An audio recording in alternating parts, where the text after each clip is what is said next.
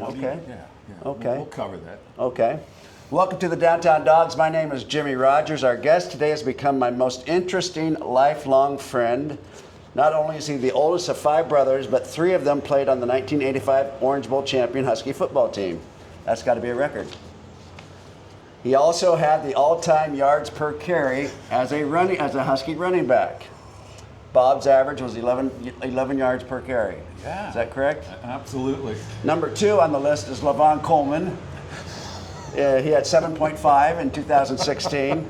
Currently, Jonah Coleman has got a 7.4, but that's got an asterisk to it. I don't know if that's fair because he came from Arizona, and they're including those games. Oh, boy. So I don't think that's just a Husky stat. That's kind of a kinky stat that Coleman's trying to work his way in there. Yeah. Rashawn Sheehy, 5.7.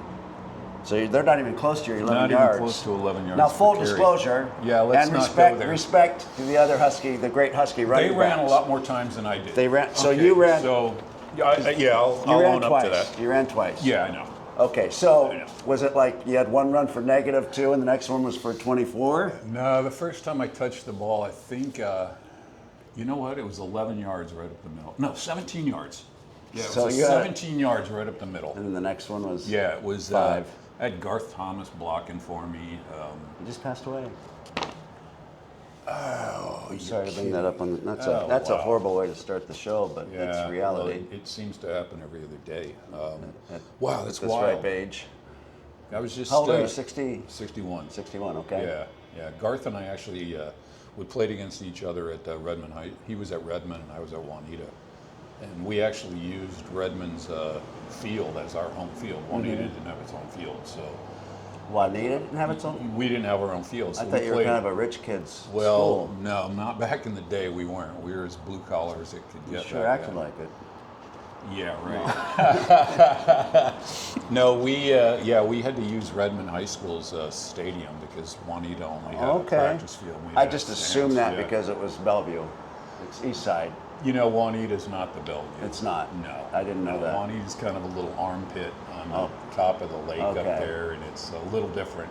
You know, it's part of Kirkland now, but it's Kirkland's a little Back to Yeah. your 2 carries. The first carry was how many yards? 17? 17 yards, Up right the up middle the middle, against right who? up the middle. Miami of Ohio. Oh, opener. You got in the opening game. That was the first game of the season. Yeah, it was probably the first game of the We season. went Miami of Yeah. Ohio, then we went to Yeah, Michigan. Yeah. So that, yeah. Second carry? Second carry was, well, let's do the math on this. If it was 17, It was 5 yards, 5 but yards. who was it against?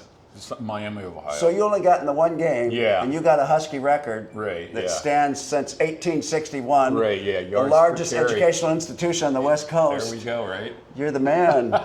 You are the man. Now, what makes Bob my most interesting friend is 6 years ago, we were right up the street at the Pike Place Market having dinner That's right, yeah. with we Jock were. Yeah, and Dennis. Yeah, And yeah. Jock brought some hooligans, those characters. Remember Absolutely, those guys? I remember that. Looked like rock stars, yeah. and then and you had a girlfriend That with you. 6 years Glory was ago. with us. Yeah, that was 6 years ago. Yeah. The next thing you know, you sold your house. I sold your my house house and in you- and Sammamish. you- I moved to my place in Mexico, and then I quickly thereafter sold that place. And I've lived out of a backpack for the last coming up on 5 years now, and just traveling the world full time. So yeah. And out of the 6 continents, you pretty much stayed in 3 or 4 of them. I circle the globe every year just for weather. Okay. So I haven't been to, let's see, I guess if you call Greenland a continent, I haven't been to Greenland yet. I'm looking at Antarctica. I'm looking to go to Antarctica, actually. It's expensive as hell, but I have to interrupt you. Welcome to the show, Bob Waskom. Thank you, Jim. How are you, Bob? Excellent. Wow, yeah, we just jumped right into it there, didn't we? Now, how did you become a running back at the University of Washington? Because you were a quarterback in high school. You didn't get a scholarship. Nope. So you probably were looking at other schools. And I imagine Lambright, Coach Jim Lambright had something to do with it. Yeah, Lambright came over to Juanita one day and he talked to me and he basically just said, hey, we got a spot on the team for you if you want to come over. And so I went out early and quickly found out that. What do you mean you went out early? Well, Your senior year you came out, or no. As far as you, there's 2 types of walk-ons. walk-ons back in the day. There was Okay. walk-ons that were invited to come out early when the whole team started. Okay. And then the other walk-ons would start the day of the first day of school. Okay. I So didn't know that. yeah. But if you got Lambright in your corner, Oh, yeah, it's probably the best coach next to Don. Yeah. So he, and I wanted to go to school at the University of Washington. That was my priority. Not football, more the school. You went there to play football. That's correct. I went to go to school. Thank you for reminding Yeah, everybody. I also played football, and you also went to school, right? So it was kind of like, but so I came in as a quarterback my freshman year, and it was kind of cool because we had. But he recruited you as a quarterback. Yeah. Oh, I didn't know that. Okay. Yeah. So I came in as a quarterback. That was when we had JV games. We played all the community colleges. So if you weren't on the travel squad going to the Greenwood Inn on Fridays, you were basically on the JV team. Who was your coach during your JV games?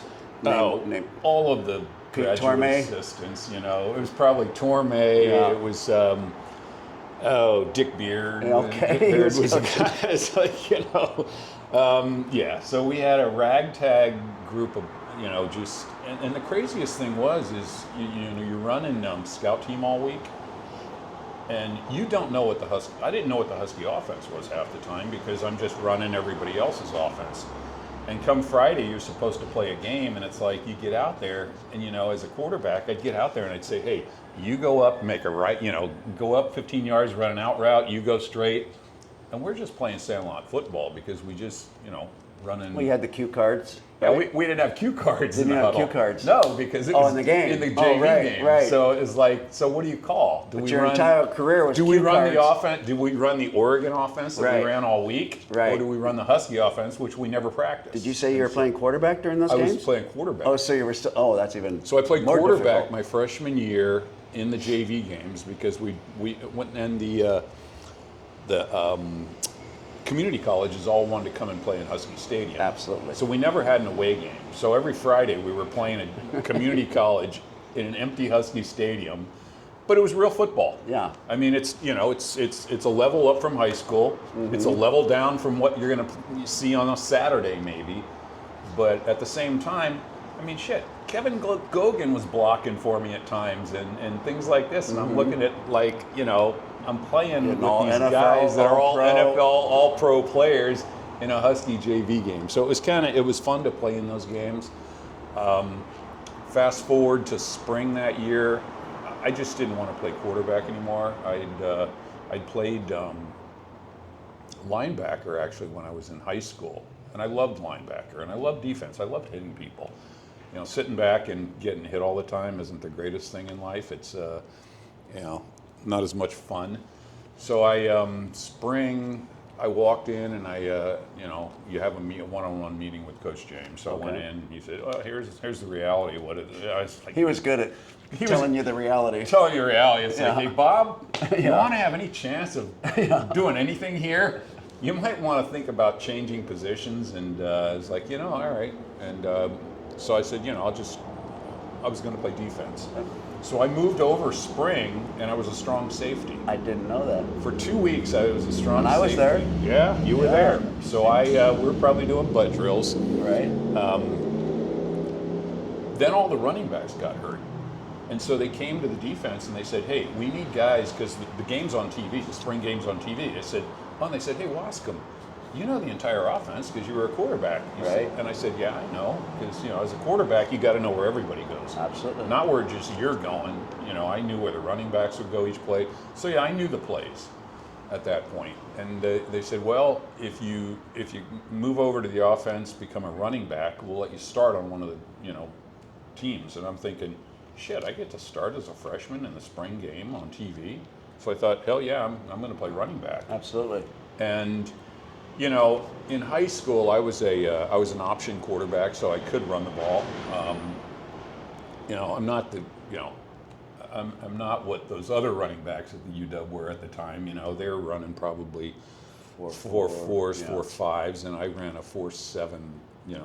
4.74 was probably the fastest Which isn't I ever ran. that bad for a football player. For a white quarterback, that a track guy. Yeah, and a lot of those guys were track guys. Yeah, these guys were just flyers, Yeah. and I was just like, So So earlier we were talking about you being a coach, which you did coach for 5 years, but being a quarterback, a running back at that level, at that level, and a safety, whether it was for a week or 2 weeks, 2 weeks, safety, yeah. That's quite an experience. So, yeah, you can't buy that. Well, and on top of that, I went and I played running back, and after that spring game, Don just, in his office, he was just like, again, let's get down to reality here. Mm-hmm. And I'm like, yeah, I get it. I'm not blowing smoke up anybody's at this point.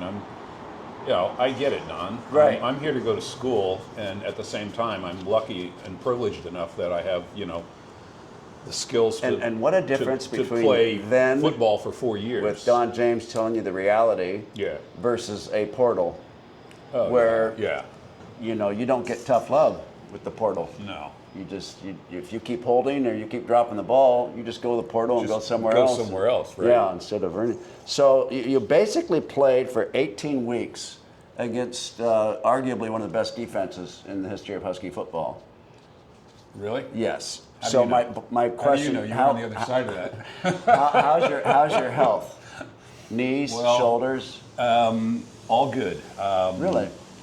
Surprisingly, I've been running for the last 20 years. I started running at the age of 40. I lost 50 pounds. I basically got I got to the point where back to 180. 185 right now. High school weight. Yeah, which is not, if you think about it, I think 238 or something up there was my heavy. I mean, that's 238 is not bad if you're an inside linebacker, but as a high school quarterback, I'm down to 185 again. That's my high school weight. And you got a tattaoo there? I've got a few tattoos. You got a few? Yeah, Any of them with some significant meaning? Some of them, yeah. Okay, keep to yourself? No. I've got a few, but as you can see, I had skin cancer cut out of that one, so that's been cut into twice. A few years ago. Okay. But I've got a few tattoos. Okay. Yeah. We'll Did see. you have any tattoos before you left the country? Started traveling. I've got my daughter's name on my ankle. Okay. I did that. How old's your daughter? 34. And what's her name? Brittany. Okay. I've got 2 stepkids also, Kendall and Morgan. So you were married? Yeah, I married 30-some years ago. Okay. Yeah. For how long? 3 years. 3 years. I had a daughter out of that marriage, and then was with another gal for quite a while, 24 years. And she might have been raised her 2 kids. That's who you ran into up there. Yeah. That came to an abrupt halt. Now, you're the oldest of 5 brothers. Oldest of 5 boys, now, yeah. What's interesting is another incredible statistic is 3 of them all played in the Orange Bowl, which is unheard of. Well, maybe 2 brothers. One actually got in the game. But still. We were dressed and we were on the sidelines and we were on the travel team. And 3 of them. Yeah. Amazing. Now, the 4th brother's bigger than all 3 of you put together, and he gets a full ride scholarship academia to Harvard. To Harvard, yeah. So here you go. You guys were maybe football size, maybe but you weren't exceptionally big. Right. But the brother was. He was 6'4". He was a lineman 6'4". at 180. Yeah. He was a lineman. He goes to Harvard on what type of scholarship was he using? Well, actually, I think at Harvard, because everybody's a little smart at Harvard. Yeah, I heard. It's harder. They think they are. Yeah, they think they are these days, probably. But he went to Harvard and was playing football, but he I guess he just didn't care for the Harvard football. Mm-hmm. And then he became the captain of the volleyball team. Is that right? Yeah, and so he quit football, and so he Your played, family's not afraid to branch out. Play different sports. Are yeah. they? Yeah, and actually football's not even my. If there was a sport that I was best at, it was probably snow skiing. I was a freestyle skier, and so I And then you have a nephew who's my nephew, international the 2-time NCAA champ at 1,500 meters, and when he was coming down the stretch that first championship, screaming. He reminded me of Paul. Mm-hmm. He really did. He was like roaring. He didn't look like a track athlete. No, that was the purple rain coming out of him. Yeah, it was the purple rain. Yeah, that was. He graduated from the University of Washington with the Society and Justice degree. He bought a house in Sammamish. You sold business forms and software, IT software, and then so the American dream's intact, right? It's all going according to plan. Yeah, everything. And then you grow up. You're at Pike Place Market. And here I am now, right? And all of a sudden, but no wife, no. You do have a kid. I did the whole society thing. You did. I had the big job, the suit and tie, and everything else, and Go ahead. What happened? What drove you? You know what happened is, you know what my wake-up call is? When you and I were sitting at Rod's memorial. That Is was that literally right? my wake-up call. You know, we had tears streaming down our eyes. Oh my gosh. In the Don James Center. And yeah, that hit me, man, that hit me. And that was my wake-up call that, you know what, nobody's getting out alive, and we might as well start living, because, you know, yeah, it was when it was at Rod's memorial service when you and I were sitting together, and it was It was a wake-up call for a lot of people. yeah, For you me, know, I quit drinking that day. Did you really? Maybe the day before, Yeah. but that was it. But I, you know, I was just tired of working for the man at that point. Yeah. And, you know, I had some really good jobs, some really good bosses, good people that were good leaders. Good money. Good money. But, you know, the whole society thing, you know, it's like, is that real or is it fake? Or, you know, is that really what we're supposed to be doing on this planet? And I just was to the point that I was sick of it. So I quit my job. I had a terrible boss at the time. You know, I went home and said, I'm not working anymore. I'm done. And Sold the house. sold the house, had a place in Mexico, but ended up selling that. So the whole thing My ex didn't want to transpired move to Mexico from Rod's with me, death so I to just, you know, from 6 Rod's months, death, 3 months out? it was or a year. About a year, and you're gone. Yeah, and you know, it was coming out. COVID was going on. It was just a weird time in Okay. America, and just, you know, I just was like, you know, I wanted to get out there and just see the world more. You know, and I traveled the world. I lived in Germany as an exchange student when I was 16. Okay. So I've traveled, and I know what the world's about. But I want to really get out there and just full time go after it. And you know, I just you know, during COVID, I was sitting around at home. I was reading International Living magazine I subscribed to, and I was just looking at all these exotic, cool places and just different ways to live and travel. And I looked at it, and I didn't expect to get down to being a minimalist, which I'd read some articles on these people, and I thought, God, that's fascinating. People just get rid of everything they own and literally live out of a backpack. Well, quickly I became that, and I didn't plan on it, but it happened, and I was just like, you know, it's complete freedom when you don't have stuff, because everything you have you got to take care of or think about at some point. You're So responsible for freedom's the everything. key. Freedom, it's absolute freedom when you don't have anything. And, you know, anything can be replaced very quickly, and you learn that after you get ripped off a few times on the road. But it's But then you fell into photography, yeah. and you became very good at it. That's most of the people that say, "Do you know Bob Waskom? Have you seen his photography? It's fantastic." And then Thank you. I might think I asked you a question about monetization, and you kind of scoffed. You didn't get into detail, and so that was my next question. Is the photography part of the freedom? So yeah, the photography allows me to kind of fill space and time. You know, because when you're not working and you've got all the time in the world, what do you do? And just going out and taking pictures of people or landscapes is, you know, I like it. It's a beautiful world we live in. I don't want to work.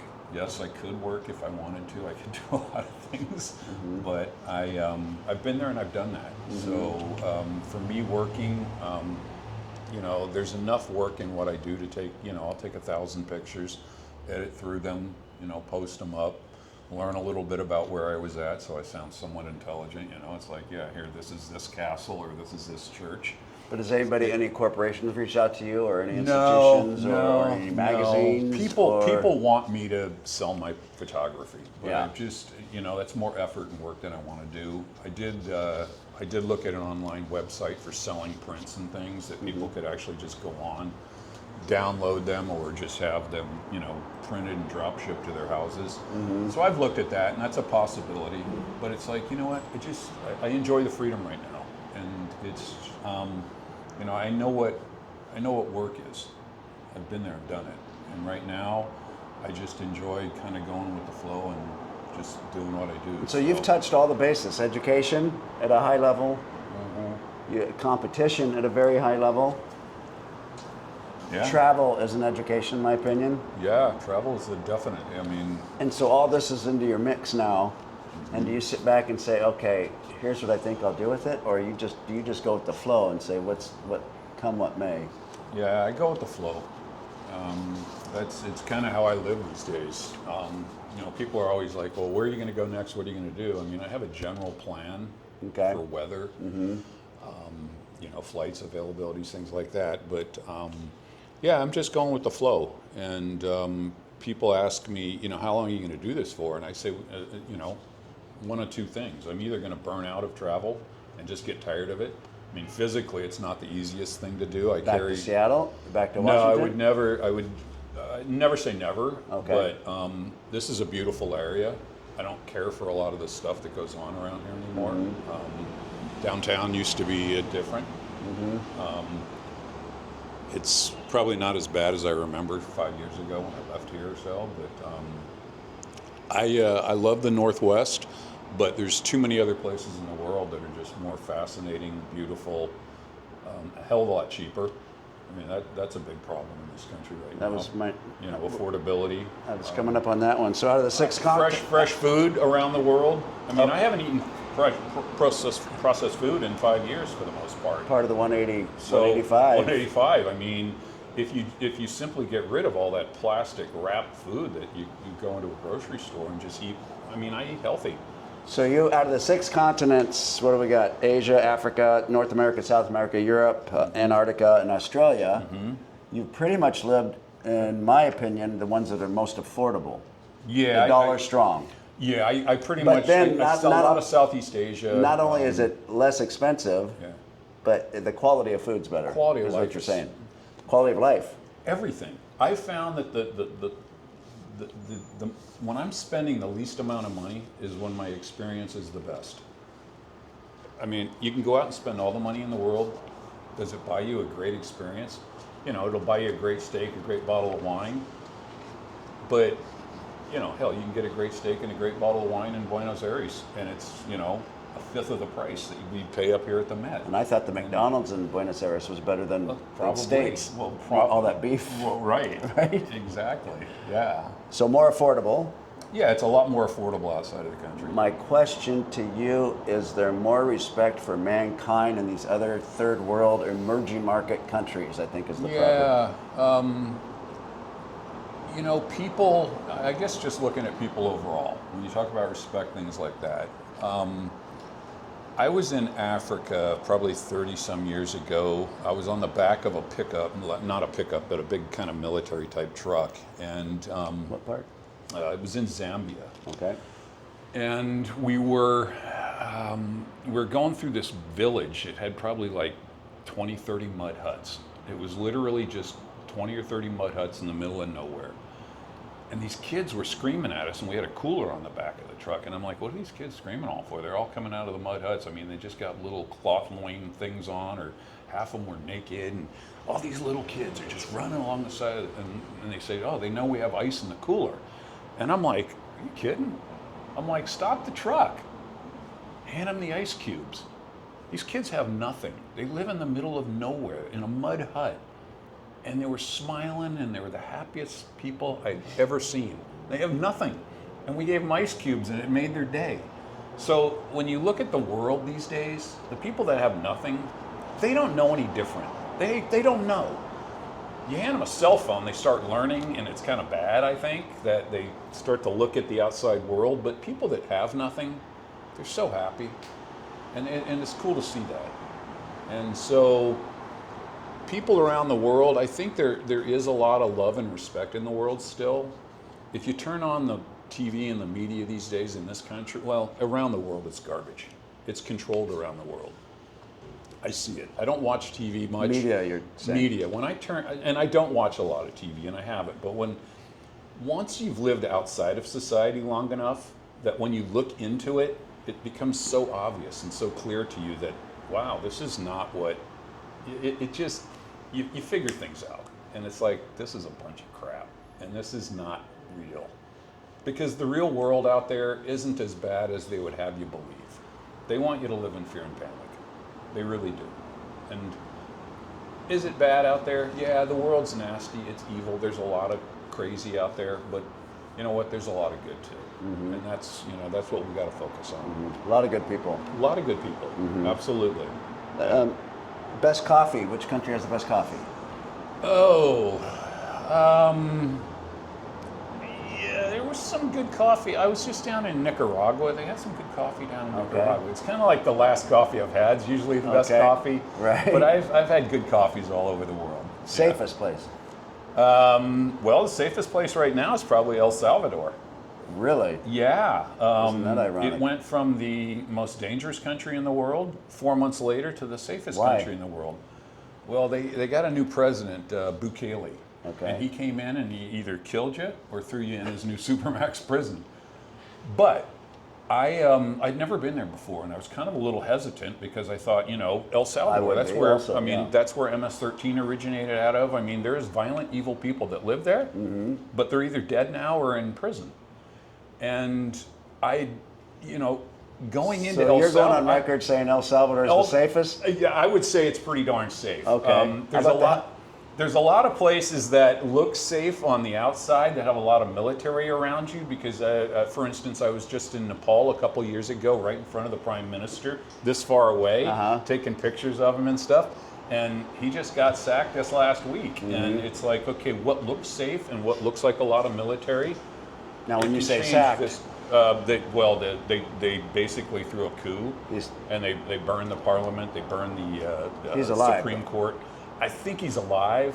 I Okay. don't know, Okay. and a lot of news doesn't come out of parts of the world like that really doesn't matter to the U.S. The U.S. doesn't.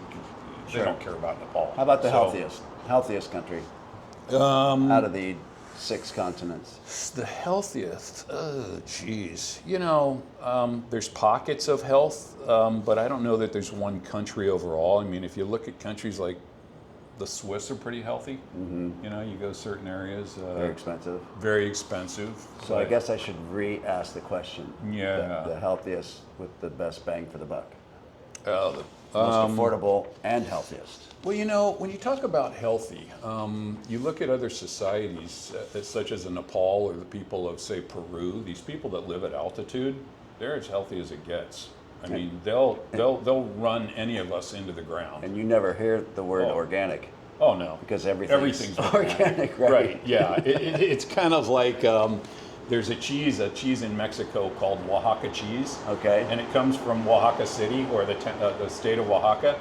What do you think they call cheese in Oaxaca City? Do you think they say, "Can I have some Oaxaca cheese?" No, it's just, "Can I have some cheese?" Yeah. But so it's the same thing, right? Right. Nobody says organic. Right. Nobody says. Okay, when you return to the United States, what's the first thing you want to do? Leave. Is that right? Oh no, that's sad. Sorry, man. I was gonna say McDonald's or once or hot twice. shower. Nothing of Once the or kind. twice a year, I do eat at a McDonald's or a Okay. Burger King because I'm in some foreign country in an airport or something that has one, and I'm just like, okay, I'm gonna do it, Okay. and I always regret it. It's Yeah. just that gut bomb Yeah. that just sits there. But yeah, So there's really nothing that you're not on the plane. You're going through No, I don't customs, come in, and you're 'cause like, I can't wait I to. come back once a year. Okay. I come back to Seattle for a month. Okay. And it's obviously it's the best weather we have year Right. round. So I come back, but there's nothing. You can get anything you want around the world. Yeah. So it's not like I crave this or that. You can find it. You can buy it. But to the point of I want to leave. I have been in the U.S. now for almost 4 months because I was down in Florida after I was in the Turks and Caicos Right. with some buddies. And I just decided to take some time off the road. I bought a used set of golf clubs. I got an Airbnb. I was golfing all the time. And that's what I had missed, You actually, like was Florida. golfing. You know what? Florida was cool. I'm sorry to interrupt you. So golfing is the Florida one was thing. cool, but yeah, so I kind of miss golf. And it was like, traveling out of a, backpack, living here Right. and there, it just I hadn't golfed much, and so I concentrated on it. I got with this men's group that I was golfing with these old guys, loved it. Yeah. And so it was Camaraderie. cool. Yeah, it was fun. And how was the game? Your game. Believe it or not, I used to be like a 20 handicap. If I broke 100 on a good course, I was happy because I didn't start playing Lots golf changed. until after college. But by taking time off of the game and not playing as much, Improved. I was hitting in the low 80s. Yeah. I was like, you got to be kidding me. Yeah. I mean, it wasn't in my head anymore. Right. It's kind of like I'm at peace, and I'm like going, wow, it's a lot easier when the you're. golf game shows. I'm like going, this You is matured. so easy. Yeah, I matured. Yeah. I can come out here and just swing easier and drive. So Interesting. Well, as in Argentina, I always thought I was told that every man is a con man, but yet I never saw any violence. Oh, so there was yeah. con, there was fake funny money, Yeah, that type of con. But I think there was one murder and it made the front page for 365 days. Yeah, you know it when somebody dies. Yeah. But they always tell you that there's problems everywhere. But yeah, there is. Yeah, all the fake money guys on the streets in Buenos You Aires. mentioned, yeah, I know. You mentioned Rod Jones, and we've Cambio, lost, cambio, cambio, cambio, cambio, cambio. That's all you hear. we've lost a lot of friends along the way. But you lost a little brother, and Yeah, that's not the yeah. way. That's not the natural order. No. So where were you? And Yeah, so this was almost we're coming up on 3 years. December 22nd. Yeah, coming up on 2022. 3 years. So I was in the mountains of northern Thailand actually, and my brother Jim called me, and he told me, he said, "Hey, Paul had a stroke. It's not good." And so I was just like, "Hey, man, I'm like 2 days away at best, because from where I was, I would have had to take a bus and then either a train or a bus and then a flight to probably Bangkok." So I was kind of remote at the time when I heard about it, and then so Jim just told me, he said, "Just sit tight," and the next day he said, "Yeah, it's not happening," pull the plug. And Where were you again? I was in the mountains in northern Thailand, up near the Myanmar border at the time, and so I just I stayed up there actually, and I didn't come home, and we didn't have a memorial service until the next spring. At the So, game. at the spring game. Yeah. Yeah. So, yeah, it is terrible.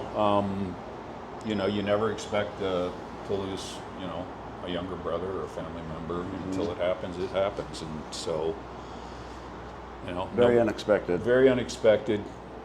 Nobody's getting out alive, and that's why we got to take care of ourselves and stay healthy, and take care of each other.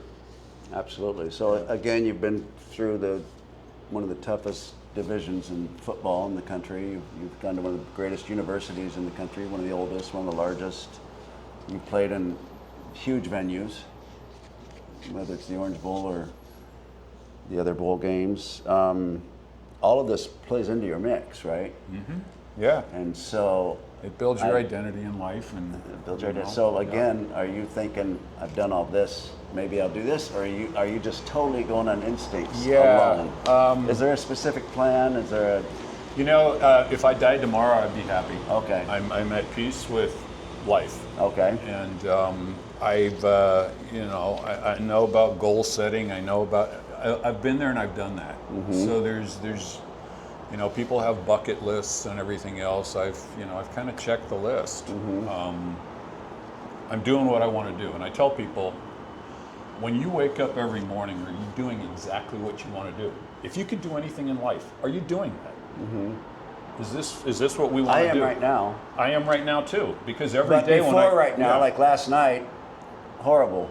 okay, Right now I'm in my zone. you're doing what you want to do. Yeah. So I need to be doing this like Yeah, 3 right. times a day. Right.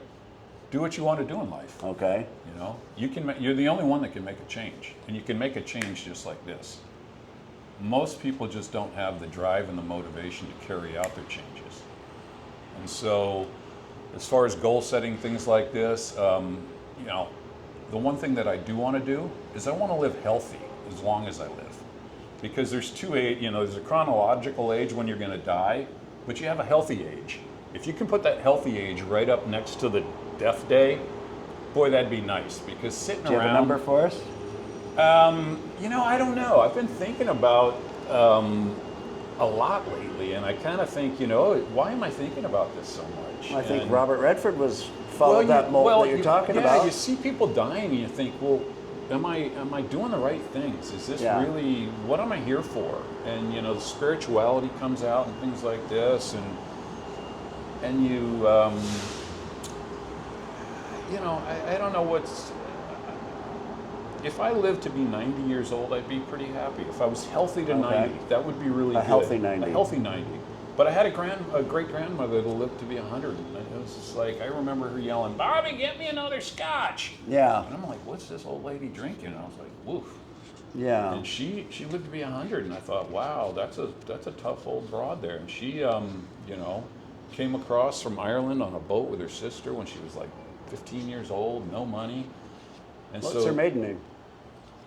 Oh, I think it was Deneen. I would have to look. I did the whole the family chart thing years ago, and so, but yeah, she lived to be 100, and old Irish woman. Yeah, tough as nails. So, So as far as I'm going with the flow right now. Okay. And I don't have plans. I've done what I needed to do in life, and I'm just enjoying life right now. Okay. I really am.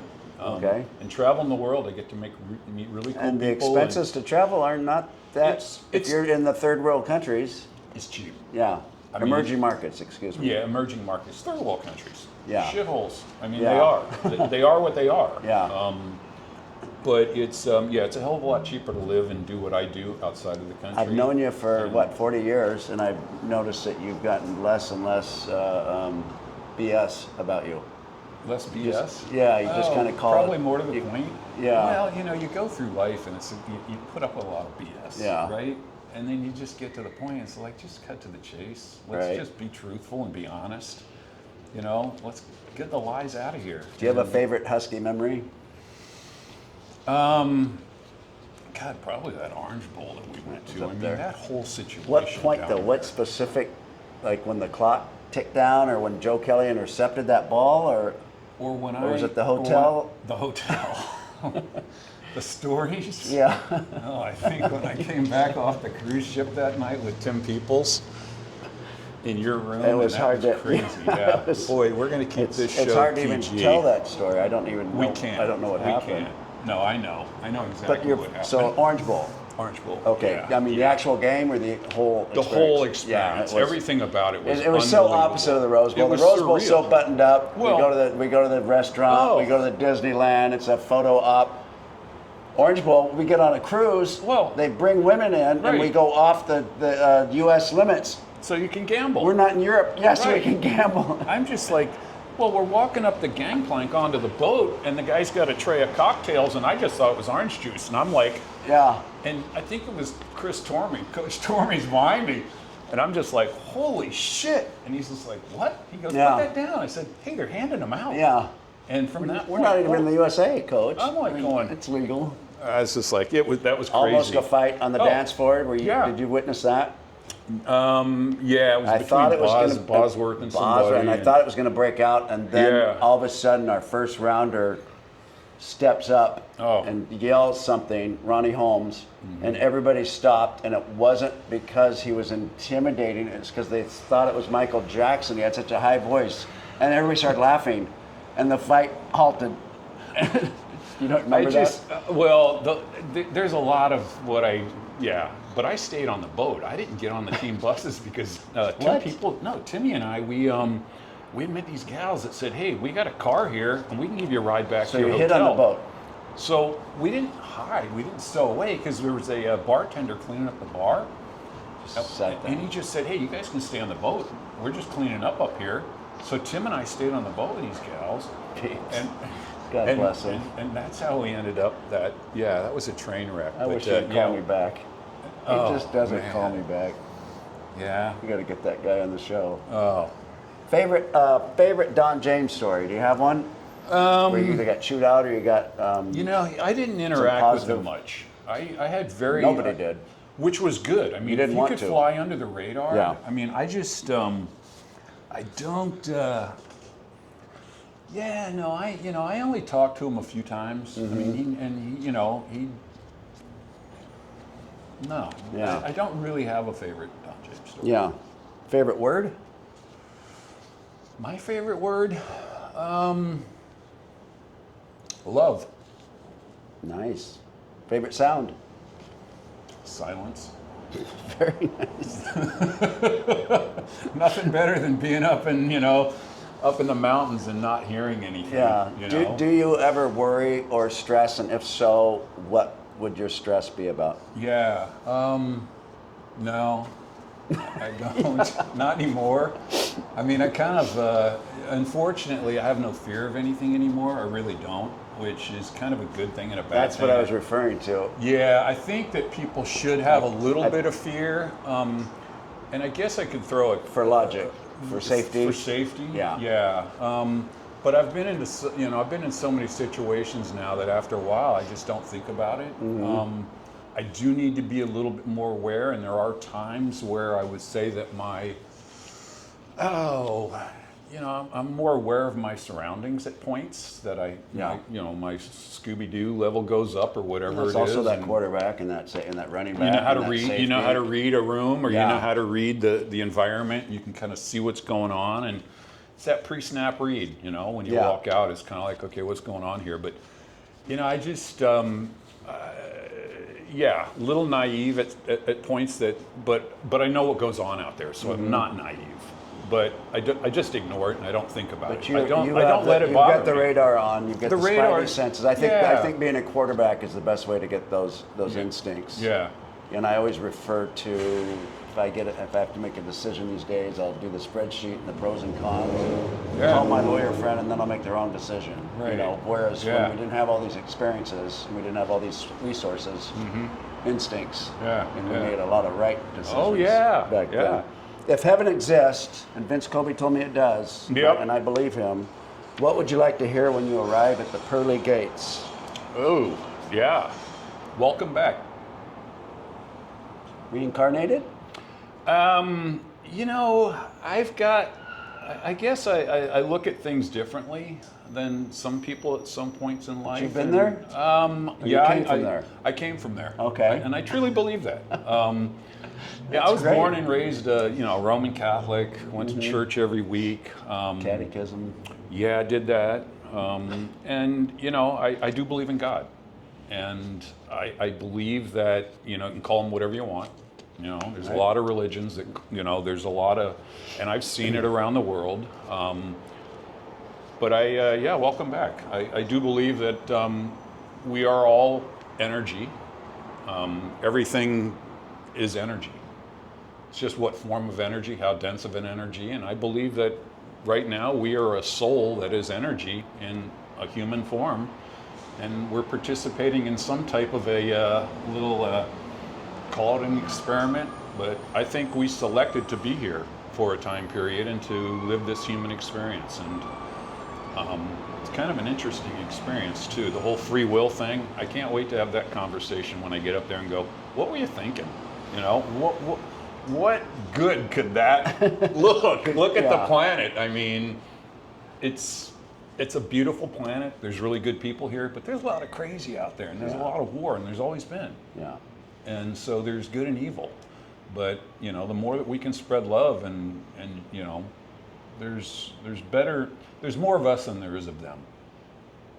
I love that. Yeah. Yeah. Thank you so much for being on the show, for sharing your journey, for being such a nice, good, lifelong friend. You too, Jimmy. Teammate. Yeah, absolutely. Teammate from the heart of Seattle, Washington. This is Bob Waskom. I'm Jimmy Rogers. Together we are the Downtown Dawgs. Thank you.